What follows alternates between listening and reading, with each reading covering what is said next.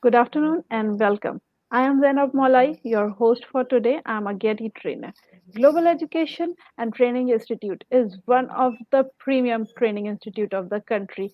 We provide two types of training for the teachers who are already in service and training for the people who aspire to become outstanding teachers.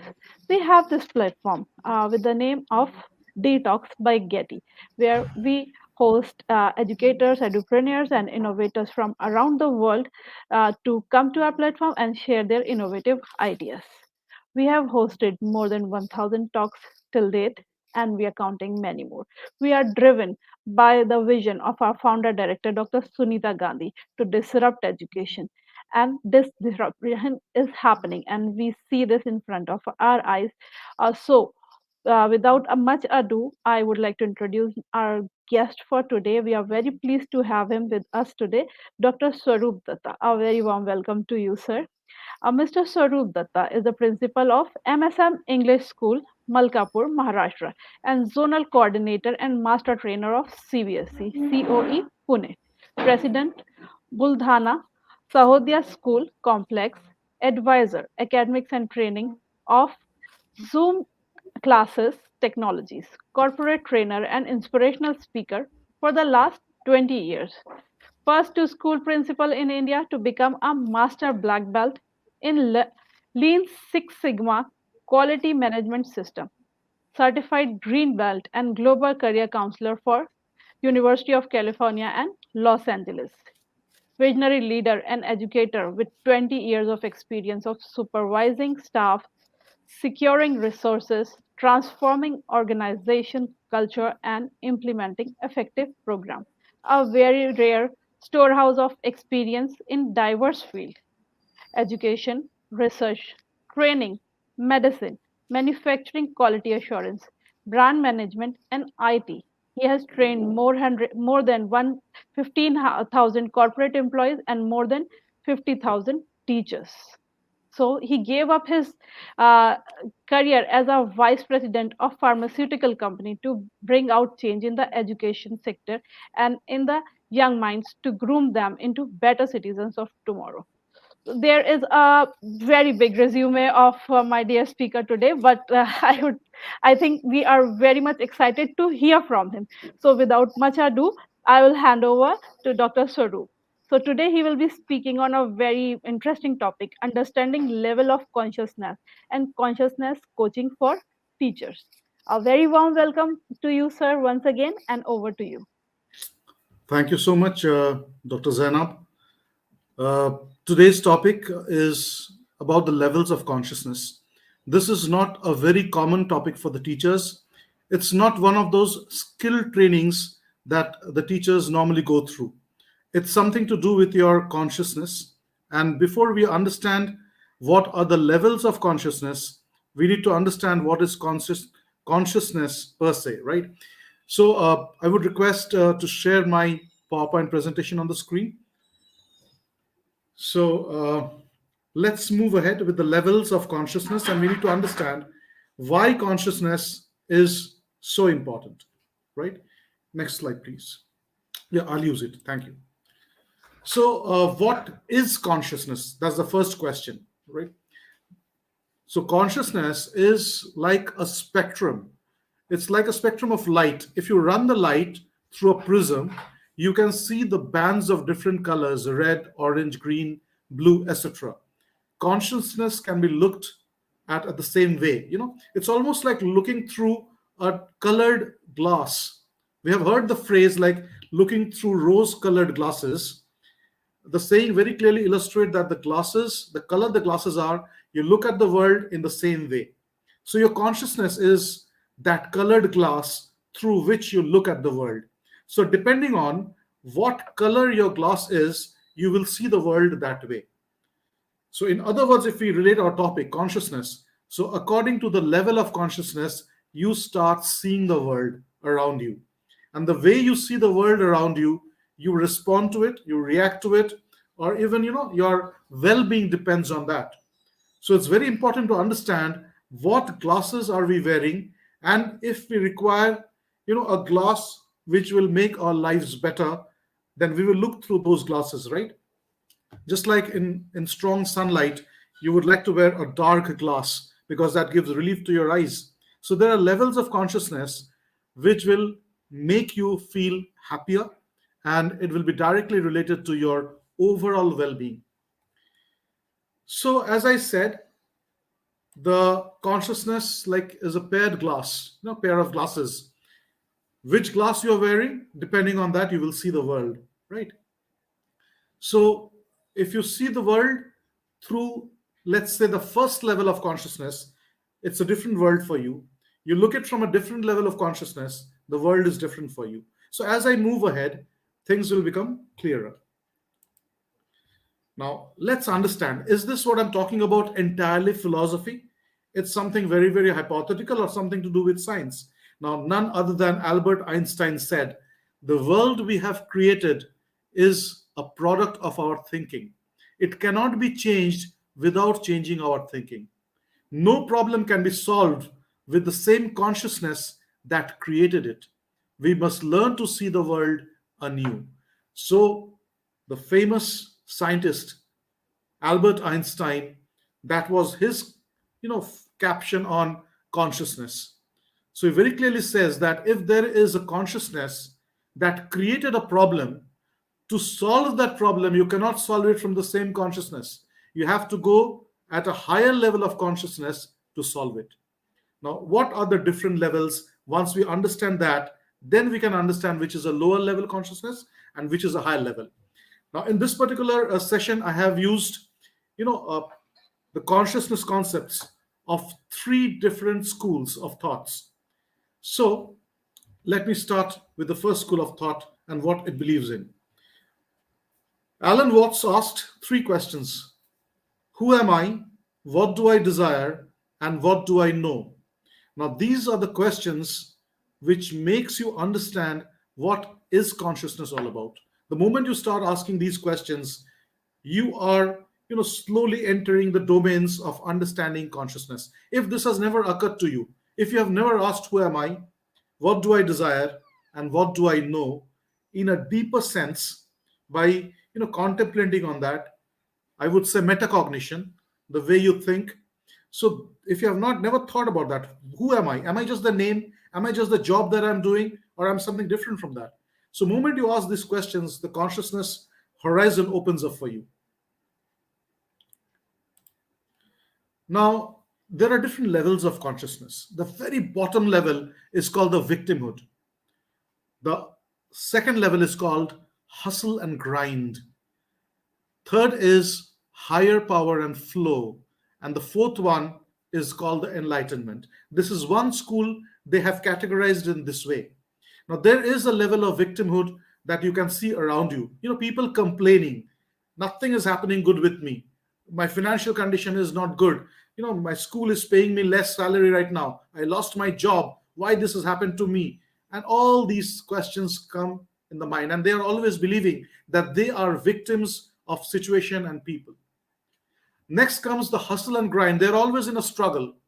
They are never settled. They know that life is a struggle and they have to struggle hard to get anything in life.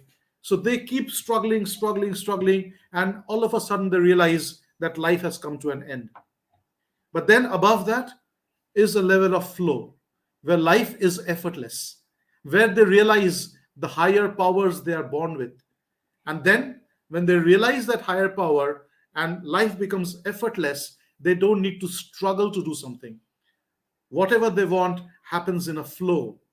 And finally, enlightenment, the word that we all have heard.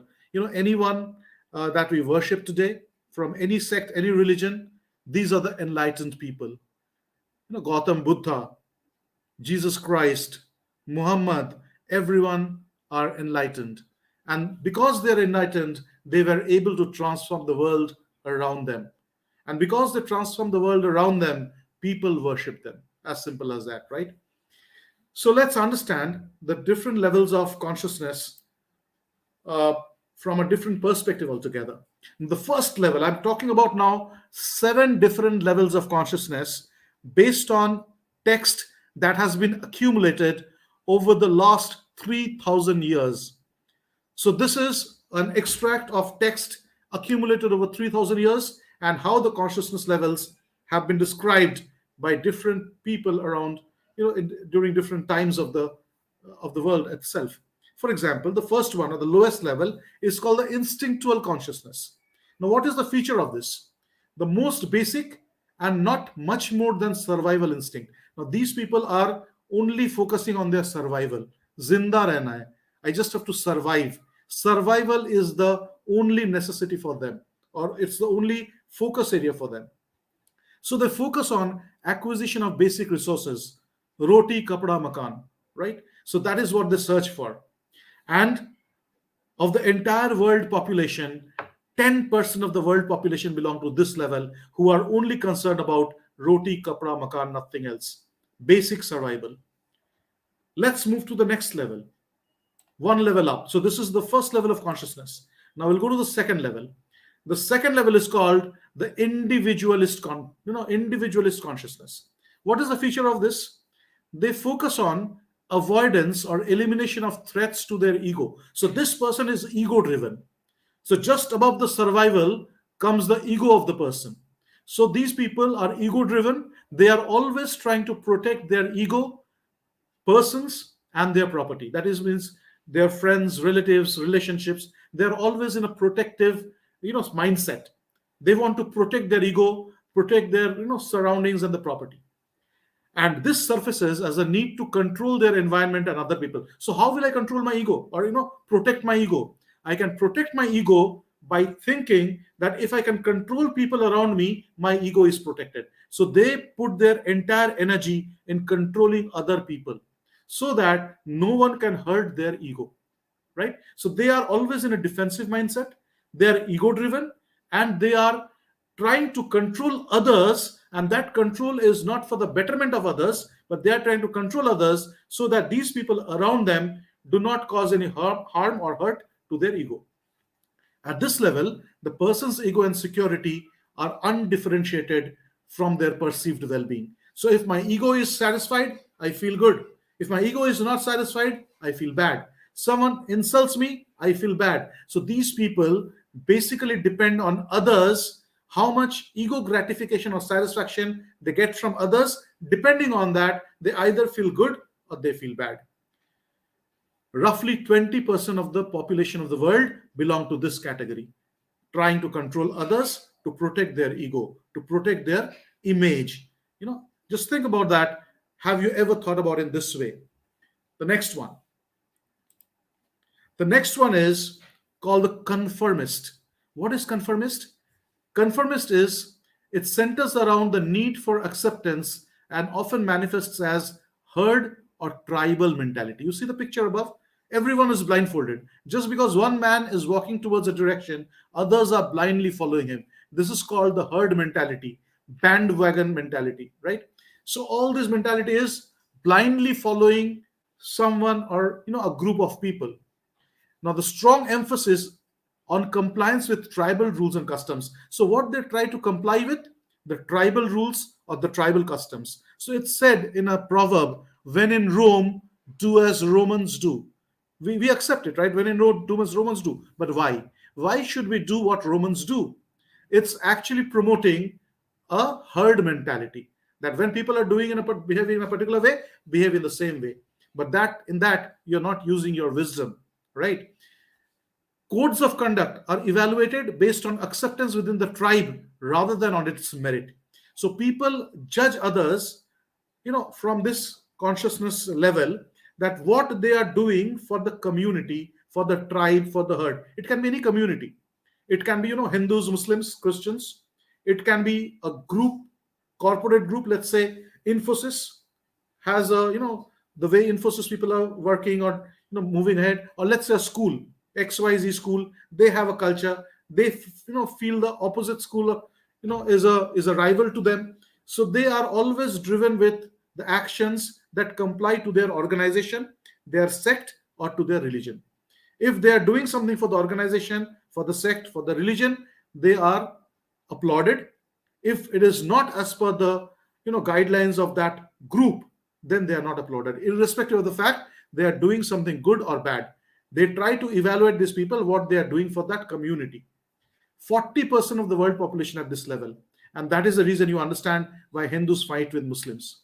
Hindus fight with Muslim trying to protect their religion, right? And the Muslims fight with Hindu trying to protect their religion. Again, a group. So they are in a protective mechanism again. But the difference with the previous one, if you remember, individualists, they were busy protecting their individual. These people are busy protecting a group, right? And they at times do not think that what I am doing is basically good or bad. So we all know fighting is bad.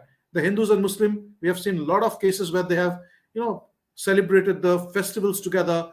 Brotherhood is there. But when some people put in their head this conformist mentality, the consciousness of conformist, that you're doing for your religion, you will, go to heaven. So they get themselves out of the track and do something which is not basically good, because they are busy thinking about their community. So that's a conformist or herd mentality. The next one is the rational person, the rational. So here the formal rational thinking predominates. They will think what is good or bad, irrespective of their surroundings. Logic and reason are employed in evaluating situations and relationships. So they will behave on a logical ground. These are the people who are keeping our country united. Otherwise, if it was the previous level of consciousness operating, conformist, our country would have been divided into small, places, not even states, sub-states, I would say.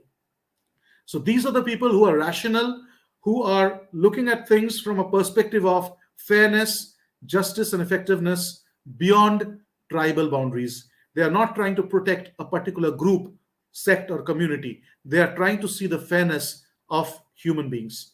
So this is, 30% of the world population belong here. The next level is called the pluralist. Now, here is the egalitarian view. What is an egalitarian view? They believe everyone is equal. They believe in universal brotherhood, and love becomes the moral standard.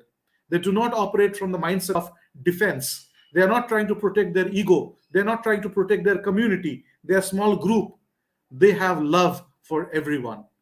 As you can see in this picture, a white woman, holding a black child in her arms. This is what we call about equality, right?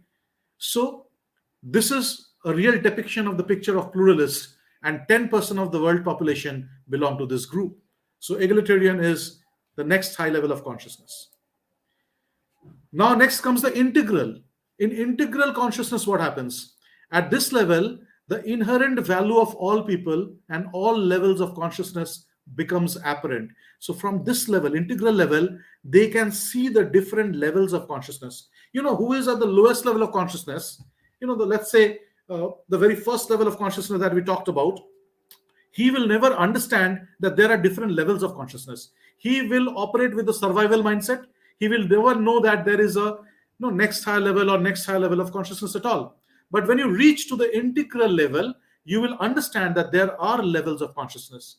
So right now, those of you who are able to understand what I'm talking about in terms of consciousness levels, you are experiencing something called integral consciousness. But this is just a short-lived one. This will only be long-lived when you live that life, understanding the different levels of consciousness and the various views and approaches and considerations of all level of consciousness are seen to function harmoniously rather than competitively. So they will understand there's no clash. There is no clash between, let's say, a pluralist and a rational. There is no clash between a rational and a conformist. There is no clash between a conformist and individualist or with an instinctual. So they will understand that it is the beauty of the world.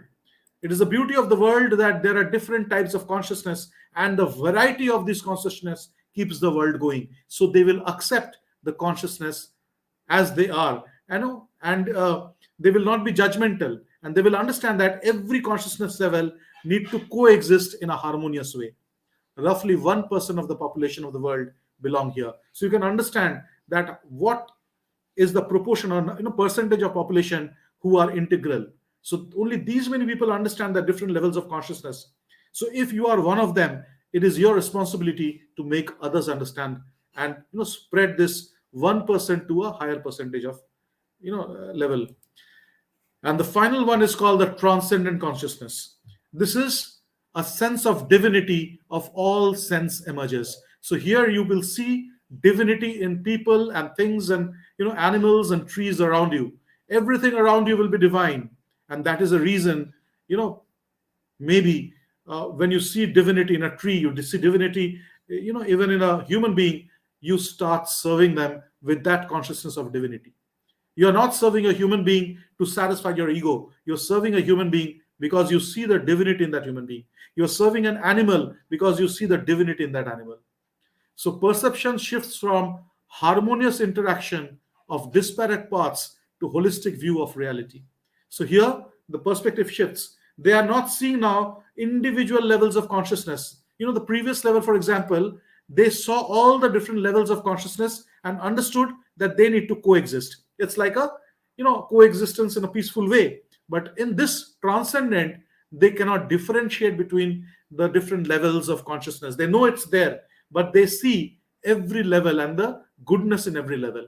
All parts of the universe are seen as organic whole. So what happens when that happens? In that case, I look at a beggar and understand the beggar and me is not different. I look at a terrorist and understand that terrorist is also a human being just like me. So I have compassion for him as well. So when you have compassion for every human being, every living creature, and you have a compassionate heart, then you are feeling the oneness with the people and surrounding things, and then you understand you and the surrounding is undifferentiated. The tree and you is same, the rock and you is same, the person you're talking to and you are same. So when that oneness happens, you treat people just like you treat yourself, right? So all parts of the universe are seen as one organic whole, expressing itself in limitless ways. Roughly 0.1% of the world's population belong here. So you can see very, very small percentage of people belong over here. And those who find this oneness, it's not about in a level of understanding. I can understand that, yes, me and you are same, but does it get expressed in my behavior? Does it get expressed in my actions and thoughts? That is going to be the difference. So transcendent is someone who has gone beyond the level of normal consciousness and shifts to the topmost level where he or she becomes one with the universe.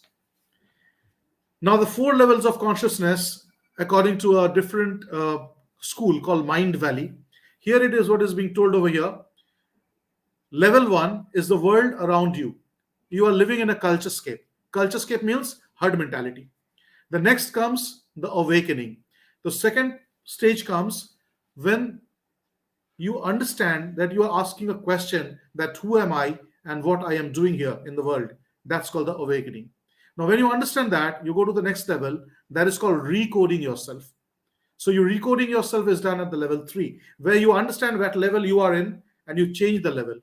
And the level 4 is the world you can change. So with your thought process, you can change the world. In fact, teachers are the ones who are believed to create the future. So what future will you create? The future that you will create is the future that you can see. So what future you see from your eyes? From what consciousness level are you looking at the future? Are you looking at the future from a consciousness level that I need a job, I need salary, money, car, or I want a world like this, an ideal world? So that is the level 4. And that can be changed by changing your level of consciousness. Now, why I'm telling this for the teachers? A simple thing. Because unless you are aware of the consciousness level, you do not understand at what level you operate. And if you operate from a lower level of consciousness, you will create a population like that. You will create students like that. You will create, the society like that. So it's very important to understand what level you are operating in, increase your level so that you can increase the level of others. At each level, you react to the world and shape it in a different way that you have to understand. So this is a culture scape. You do what people are doing. I told you already, herd mentality. 99% of the planet's population operate from this level. Herd mentality is everywhere. So you see 99% of the people operate from this level. And that is the reason in level 1 of these 4 levels, 99% people belong here. So even if you are not even thinking anything, following the trend, you are in this level.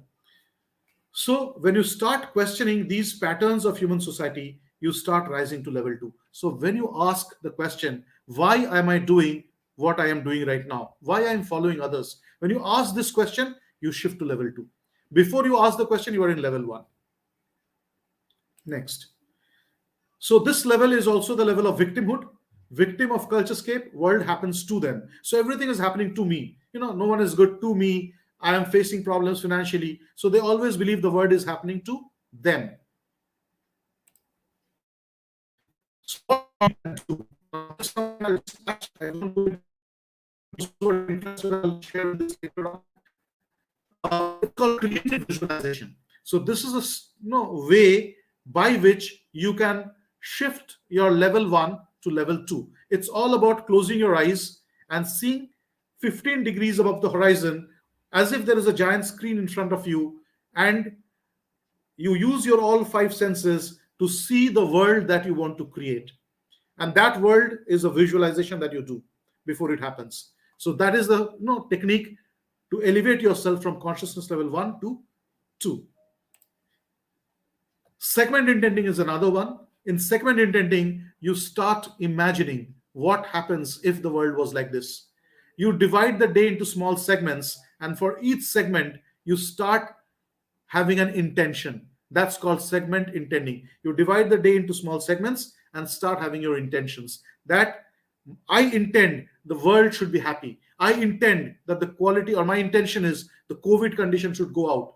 And I see a visual world right now free of COVID. Everyone is healthy, moving around freely. So that is segment intending. Every few minutes, or every divide the day into different segments and think about it. That's called segment intending. There are no such things as Alan Watts told it. What does it mean? Means there is nothing over here. Whatever you see around you is a creation of your mind. The way you look at things is the thing that exists in front of you. If you see a person is, let's say a worthless person, the person will always seem worthless to you. If you see, let's say, this bottle I'm holding, and this bottle I find, this is a very expensive bottle. So I look at it in expensive eyes, with eyes that this is expensive. I tell you, no, I'm looking at this is a very cheap bottle. So I start looking at it as a cheap bottle, the bottle becomes cheap for me. So whatever way I look at things, it becomes for me. So there is nothing called a thing. Whatever I see from my consciousness, it is that exists in front of me. So the world that exists in front of me is how I look at it. Let me just share with you very quickly. I'll not go deep into it because to save time. There is a culture called Tahiti culture where there is no grief or sadness. Do you know why? Because the word itself is not there. They do not have a word called sadness or grief. So they do not experience it. They do not know what grief is because there is no word in the dictionary of Tahiti. The closest word they feel is something like a feeling of unwellness, like flu. That is the only word that is very closest. So these people don't feel sad simply because it does not exist for them. There are 4 basic emotions: arousal, pleasant, calm, and unpleasant. They move in these 4 emotions. They do not see emotions as sadness. Do you even know that there is this blue color that we see today never existed until recent times? You can Google it up and check from when the blue became a color. You will see it's not a very distant past. It's very recent times. This is the article you will find on internet, and you will see that no one could see the color blue until modern times. You type this in Google, search it at your leisure, and you will see that this color itself did not exist because people did not know there is something called blue. So understand this very clearly, that we may not see a color because it does not exist in our culture. That is the way culture plays a dominance in our minds. There is a tribe called Himba tribe of Namibia, where you see this person cannot see the blue square that you have over here because their tribe do not recognize the color blue. So they cannot see this. It's almost like looking at this like this. Now, if I tell you that there is one green which is different, I'm pretty sure most of you will say, no, there is no color which is different from the rest. But very quickly check and let me, just tell yourself which one is different in these boxes. I'll tell you there is one different. This is the one. But to our eyes, it's not, we are not able to see it. Why? Because it is not our, it's not in our culture. A culture can decide what you see in terms of colors also. For example, if I want to elaborate it a little bit, Russians see blue much better than what we do. So blue color in Russian has two different words. It's called sini and goluboy. And Russians are able to identify shades of blue at least 30% better than any other community of the world. So you see, depending on what community you are in, you can even see the world or the colors around you differently. So obviously, the things that you see, the reality you think that this is the reality, it may not be the reality. It can be something that you observe from your consciousness, so it seems like that. So, idea is to start questioning the rules. Now, when you go to the level 2, what happens? In level 2, you start exploring new ways of showing up in the world.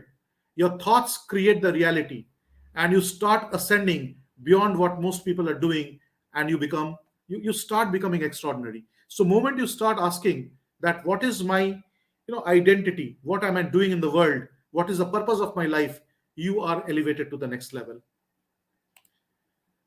So, when you go to the next level, life can happen to you just like the victims, or life can happen from you. So, you start the initiative, you start a movement. So, you have heard people starting movements. What happens to them? They decide whatever is happening till now, it's not okay. I'm not okay with it. I will make a change in the world. So, they start a movement, whether it's a Quit India movement, whether it's a female liberation movement, whether it's a protection of the animal movement, anything. It started with a human being understanding that this is not going to be like this forever. I am going to make a difference. So life starts happening from them instead of them, happening to them. So teachers, you need to understand you can make a change by elevating your level of consciousness. Your beliefs are not you, rather, your beliefs possess you. So, whatever you believe, it possesses you, and your actions are governed by that way. You see, even in that way. As I told you, colored glass. If you put up a yellow glass, the world seems yellow, but necessarily it does not mean the world is yellow, right? It's how you see it, it's your reality. I put up a blue glass, my reality is the world is blue, right? So, this is how you need to understand the levels of consciousness and see from a higher level of consciousness to the world. Einstein said everything is energy, and that's all there is to it. Match the frequency of the reality you want, and you cannot help but get that reality. It can be no other way. This is not philosophy, this is physics. So your thoughts create your reality. Reality is not what exists around you. What you think, based on that, the reality exists around you, is said by Albert Einstein. And he said this is not philosophy, this is physics. So you can start doing things in this way. Make two lists.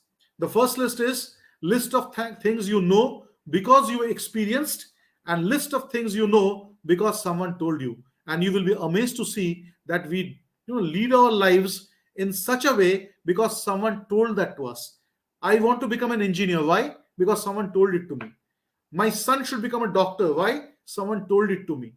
Or others believe that their children should become a doctor. So I start believing in that way, right? So I am a wise person. Why? Because people tells me that I'm wise.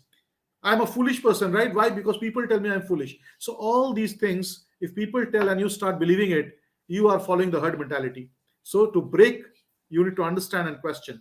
So make the list. It's very, very important.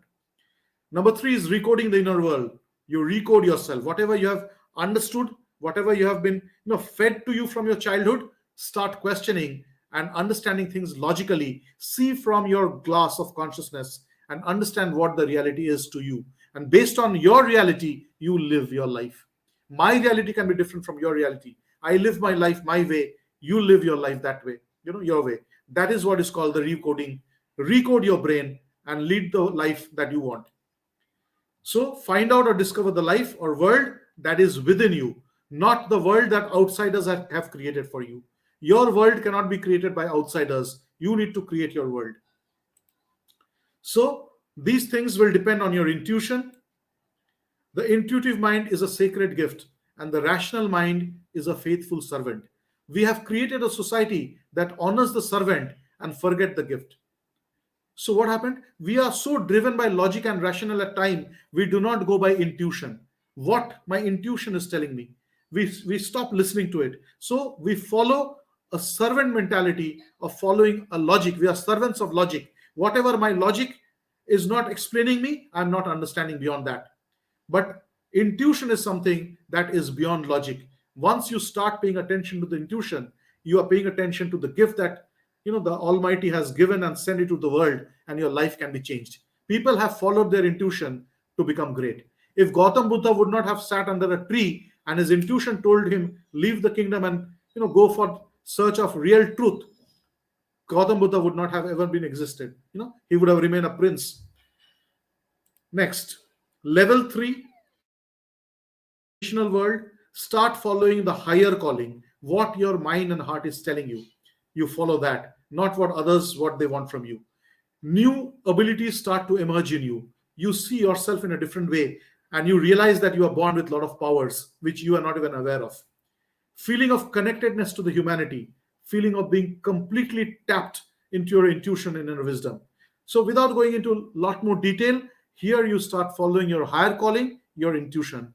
Trusting in the higher calling is very, very important.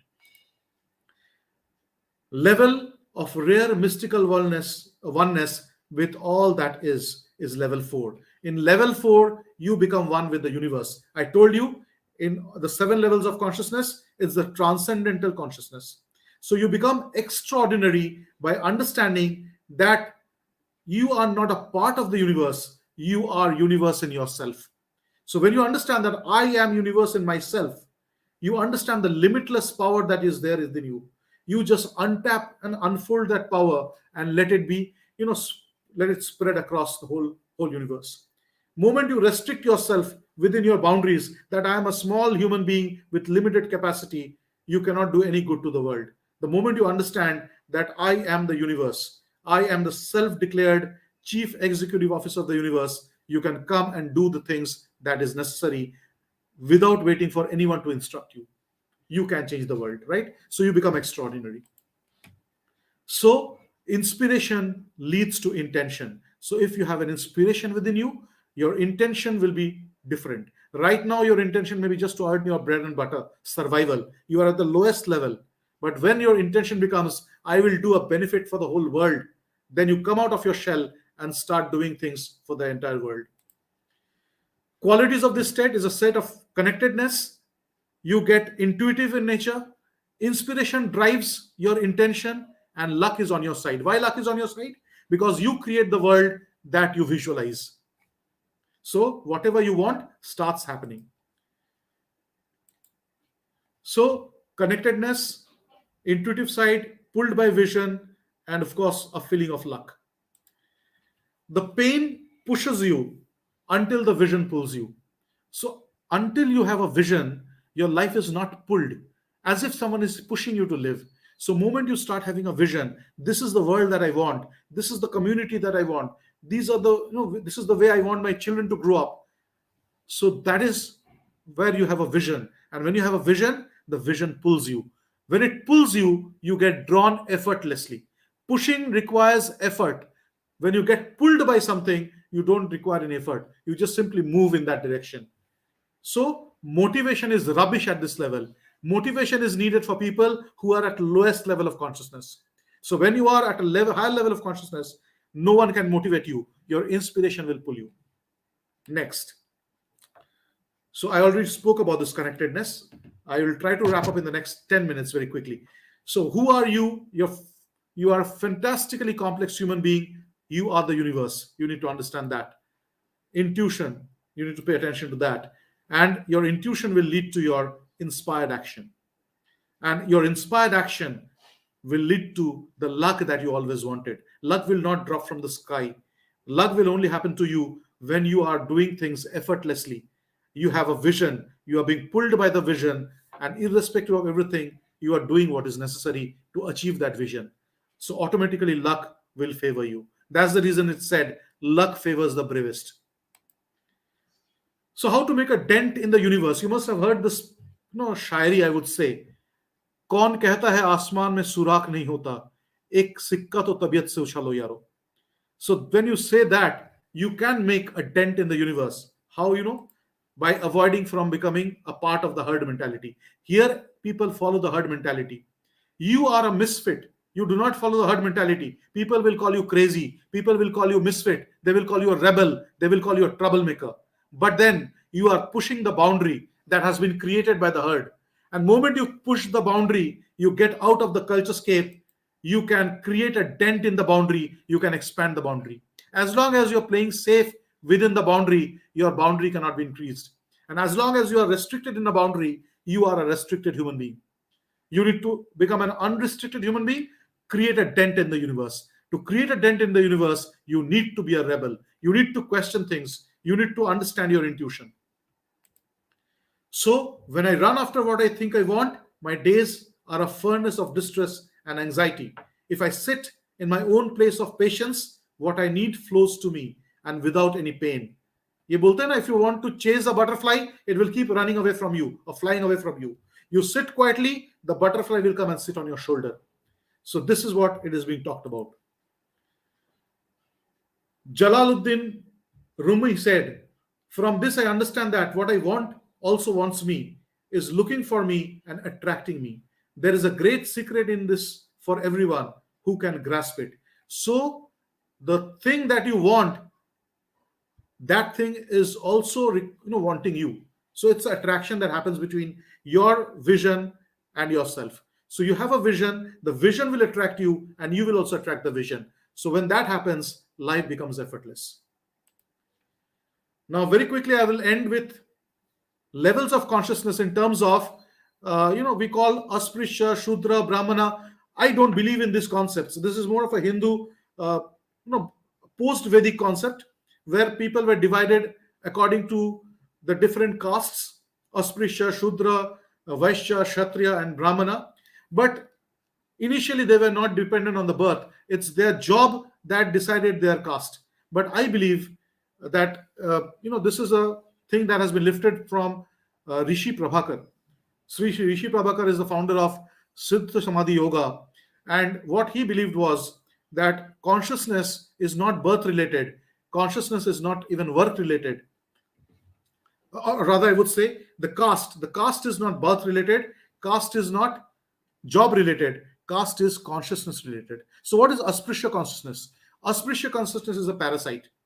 You're offering service so that you will get some merit. So people, what the beggars do, एक रुपए मुझे दो, भगवान आपको लाख रुपए देंगे. What does it mean? They are not doing anything for you. They are telling you, give me. They only want, and then tell, if you give me, God will give it to you. That is a parasite mentality. He is not willing to serve. He just wants and tells someone else will serve you. So he himself does not offer service to others so that he can get merit. He follows a reverse dharma. This is called adharma. Beggars and thieves belong to this category, the parasites. Even if you act as a parasite, you go to your school has given you a bunch of pens to use for your class checking, you carry it and give it to your children, you are a parasite. You are operating from Asprishya consciousness. Asprishya is not who is born in a Asprishya family. Someone who is a Brahman can also be Asprishya, depending on their levels of consciousness. Second, the next level is Shudra. These Shudra, basically, they were the laborers. Now, what the Shudra does, the Shudra offers seva so that he can show off his ego. So, most of the people who do jobs, not only manual labor, you can be a corporate labor, you can be a teacher, you can be anything, CEO. People who are doing a job, they belong to this category. If they think in this way that I will get salary for my job. If I want to do something extra work, I should get more money. I work 1 hour extra, give me overtime. So when they operate from that level, when they operate from a level that I can work so that I can buy a car, I will work so that I can buy a home, that is called the Shudra consciousness. If that consciousness you are operating, you are only busy in satisfying your ego. Remember? Third, Vaishya consciousness. This is the businessman, Vaishya. What happens in that? A Vaishya offers seva to gain merit. Just give me 1 minute.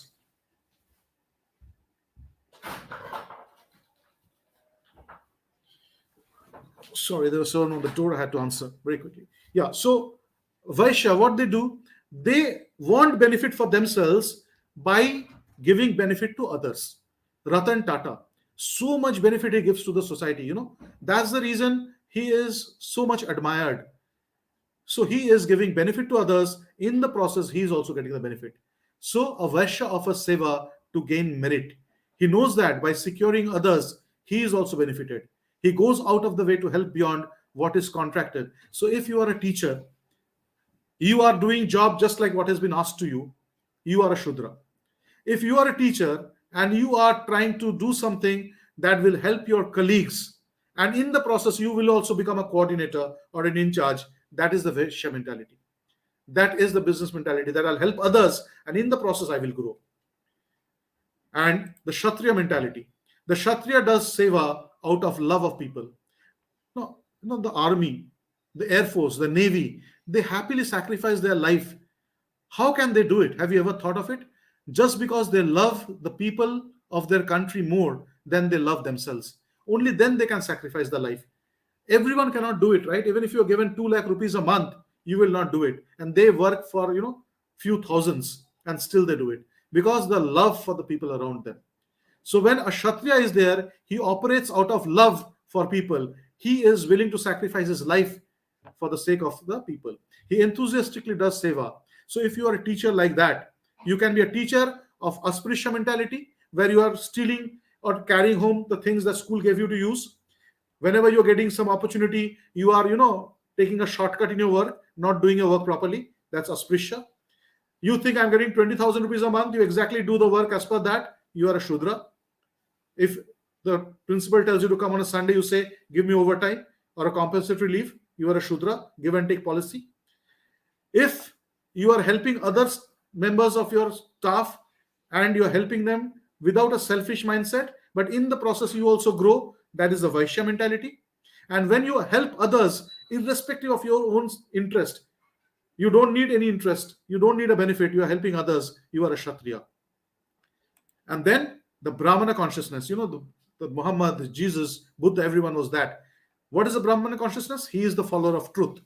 The Brahmana lives by a state of no result. He does not want any benefit for himself.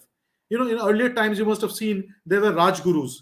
The Rajguru used to come to a kingdom. The king used to vacate his throat, make the Guru sit on the throne and wash his feet. Why? Because that was the only person who was not a yes boss for the king. He had the guts to tell the king that you are a fool, that you are doing this. That is the reason the kings used to worship them. Because the truth is the ultimate reality. So someone who tells you the truth, he is in the level of Brahmana consciousness. So do you have the guts to tell the truth? If you have the guts to tell the truth, irrespective of your personal benefit, you are operating from a Brahmana level. And the Brahmana, as I said, is doing things effortlessly. Why effortless? Because he has nothing to achieve. He does not want anything in return. He's just doing it playfully. So world become a playground for him. So seva without a sense of doing it. So you are not doing a seva. Whatever I'm doing is my responsibility. If you think in that way and do it, you are a Brahmana. And Siddha is totally free. It's being in seva. So a Siddha person is, whatever he does is a seva. Because his consciousness level has taken him to that level that he will do only things that will benefit others. He will never do things only for his benefit. So you need to understand now as a teacher what level of consciousness you need to operate from. So ask this question, what is my level of consciousness? So once that is done, your purpose is served. Now very quickly I will correlate this now. The PPT is done. I'll correlate this, why I took this session for the teachers. Because as a teacher, you need to understand that no one is in a permanent consciousness level.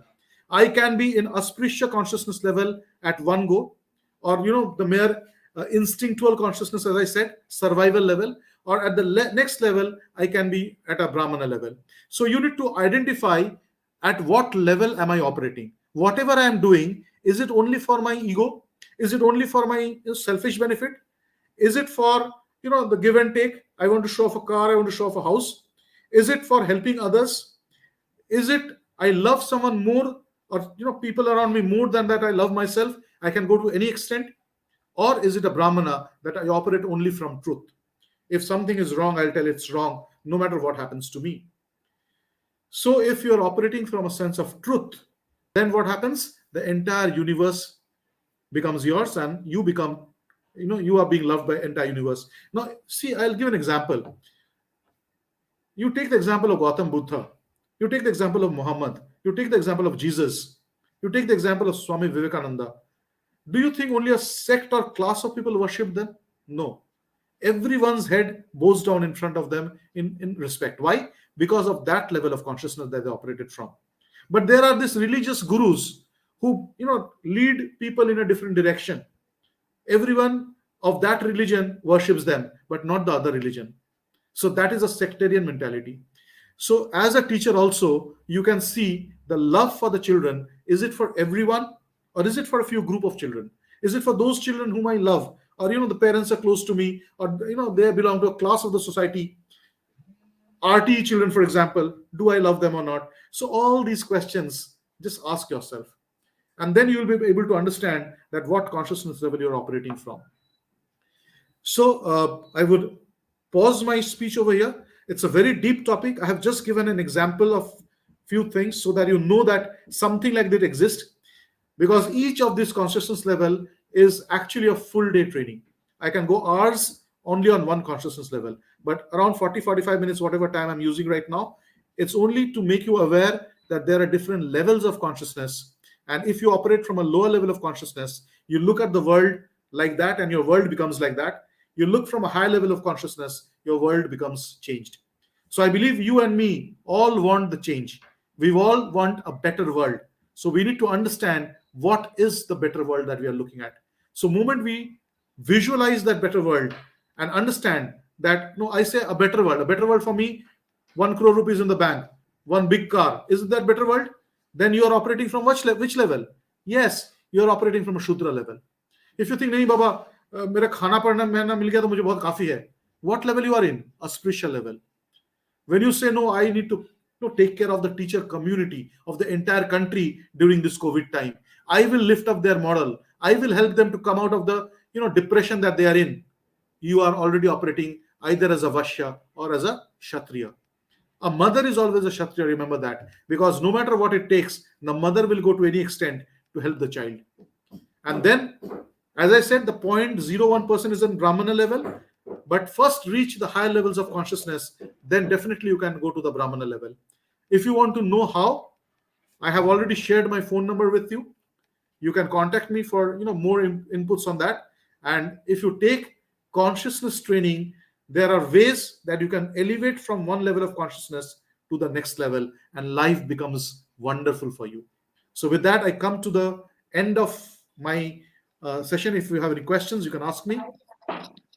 Thank you so much, Dr. Swaroop. Amazing session. I was noting down things all through, and like I would even try to work on my consciousness.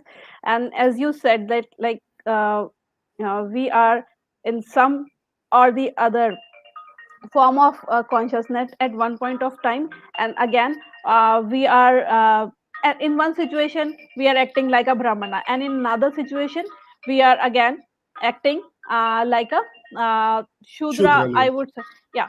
So this is human nature, and we are on the roll, and we try, like sometimes consciously we think, and we try to improve upon ourselves and think, look, this is not the way I should be doing.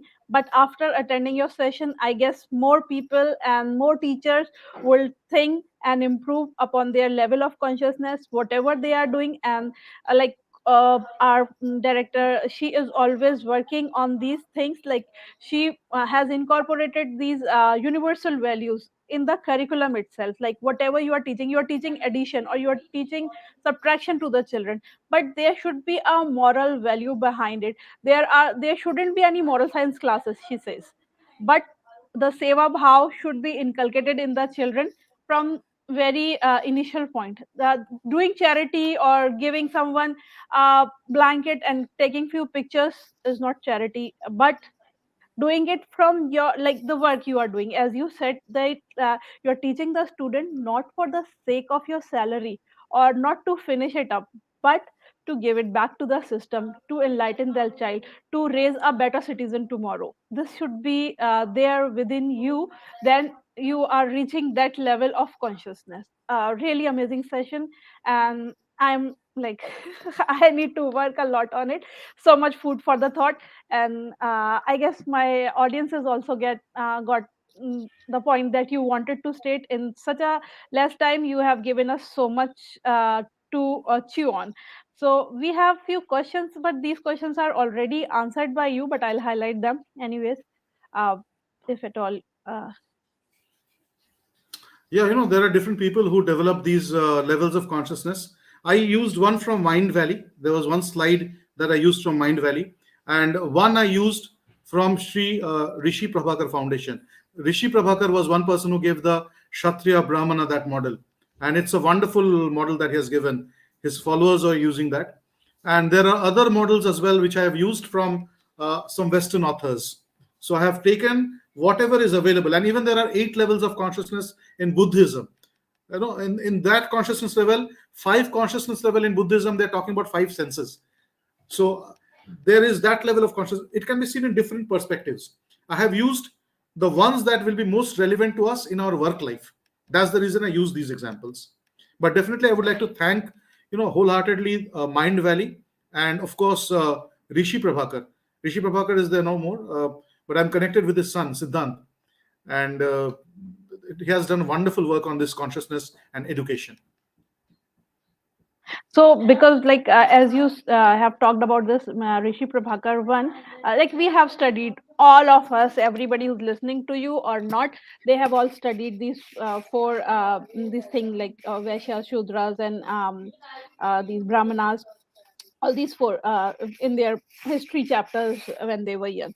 But the way he has related it to the present day is amazing. Like That if you are Shudra and working, Brahmana that we read about, it was more yeah, about a caste system by birth. yeah, yeah, Here I'm and talking about like a Brahmana can have a Shudra consciousness. bilkul, Someone who yes, is by birth absolutely, Brahmin can have a auspicious consciousness. Let's take an yeah, example. The who wrote our constitution, right? That person yeah, is basically from a lower caste, if I say that way. But yeah. can I tell that he's an auspicious? He is No, more than a Brahmana, right? he's more than a Brahmana. Yeah. Yes, exactly. So like the people who think they are Brahmins by caste and they can do whatever they want, I guess this session of yours will give some kind of thinking to them. Yes, I am doing this for like my greed and to satisfy my ego. This is a Shudra consciousness, and this is Shudra mindset. I think I should give up on it and act like a Brahman. Or maybe people who bribe, like who take bribes and do stuff like that, they will also get conscious and do stuff that is better for themselves. If your conscience is clear, you will do better things and you will preach better to your children, you will teach them better, you will facilitate them better. Some teachers they don't teach good in class mainly because they want the students to come for Tuitions. private tuitions. Yeah. So that is a typical I would say Shudra mentality. So, if you are doing something, let's say you are teaching wonderfully in the class, and then you start a separate tuition for higher level of foundation course or Olympiad preparation, you are more of a Vaishya. You are earning money in both way. Tuition is there, but you are not doing something that is, in mindset that paisa milega mujhe. You are giving something that is not possible in the school. You are preparing them for foundation level or Olympiads or some other high level. You are taking tuition for that. That's okay, but you're giving the same thing that you're giving in the class and asking for tuition. That is typical Shudra mentality. So that the teachers need to be aware of, that earning money is not bad. Earning money is definitely not bad. If I'm earning money, with what mindset I'm earning money, that makes the difference. Yeah, true that. Like if you are working in an organization, you have to work thinking that I want to benefit this organization, not Yes, that like I have to finish my today's work and go back. I have to work for 8 hours and then I'll be gone.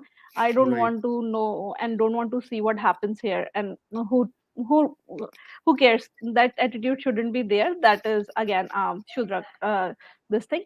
And if you think that like I should do something which will benefit my organization and I want to take this organization to the top, no matter what level you are working on. So Absolutely. this feeling should be there, just to your consciousness to have that consciousness all the time, and you will Very quickly, yeah, if you allow me, I'll just share one yeah, very yeah, sure. short mythological story that gives the difference. In Mahabharata, there was Arjuna and Karna. Now, everyone used to call Karna the great data. He used to be a great donor. So Krishna was praising him one day. Arjuna got jealous. Why you always praise Karna? I'm equally good like him. So he said, okay, fine. I'll just check one thing. I'll have a test. What? Now you see, Krishna moved his flute and he converted an entire mountain into gold. He's told Arjuna that you gold distribute this gold among the villagers. So Arjuna went to the mountain, called all the villagers, and started distributing. Took the gold and gave the gold, giving. He started giving, but the mountain didn't, reduce even an inch. He got tired. He said, "Okay, you take a break. I'll come back after 1 hour. Again, I'll start giving." He was ultimately tired, but nothing happened after that. He was giving, and it was still there. The mountain was still there.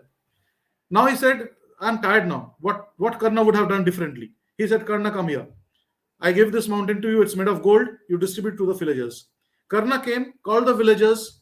He showed them, "You see the mountain? It's made up of gold. It's yours. Go and take it." He walked away. Now, this is what is the difference between donation with an ego and donation without an ego. Arjuna wanted to give things with his own hand, showing that I am giving. Karna said, "This belongs to them. You go and take it. I'm nowhere in between." So if you Boss give and a leader, this difference way, between a boss and a leader. absolutely, this is the way you should give. Your name, whether it's coming on the newspaper or it's getting the credit or not, irrespective of Hmm. the fact, you do what is necessary. That is the Hmm. operation from egoless form. So, would you like to say anything else, sir? No, I think that's enough. It may be a very high dose for a few because this is something new. I would Yeah, recommend people to go through this recording if they can, slowly. sure. If they have any questions, they can WhatsApp me. 721 8199 666 is my WhatsApp number. And, I would be glad to help people who really want to change their consciousness levels. There are different tools and techniques for that. Today, I only shared the levels. I did not share the tools and techniques because it requires time. So once you want to know what tool to use to elevate myself from level 1 to level 2, level 2 to level 3, you can personally contact me. So So, definitely we may have a session for the tools also as well sometime later when sure. you have time. I know you have a very busy schedule, and I'd like to request my audience to type their question to sir as he stated his WhatsApp number. Or what you can do is you can type your questions on Facebook and YouTube, and sir may come and answer as and when he gets time. And so this way you'll be able to contact him and communicate with him. So by this, we come to an end of our session, and I'd like to thank Dr. Swaroop with the bottom of my heart, and my audiences as well, who have been with us all through and kept motivating us and asked so many questions from Sir, and so much for us to chew on. So thank you, Sir, and have a lovely day ahead. And thank you, my Thank you, dear ma'am. audience. And you and GETI, I would like to thank them as well. Your chairperson, she is doing an amazing work, and all my best wishes for her and the entire team. Thank you so Thank you much. so much. Thank you, Sir. Bye.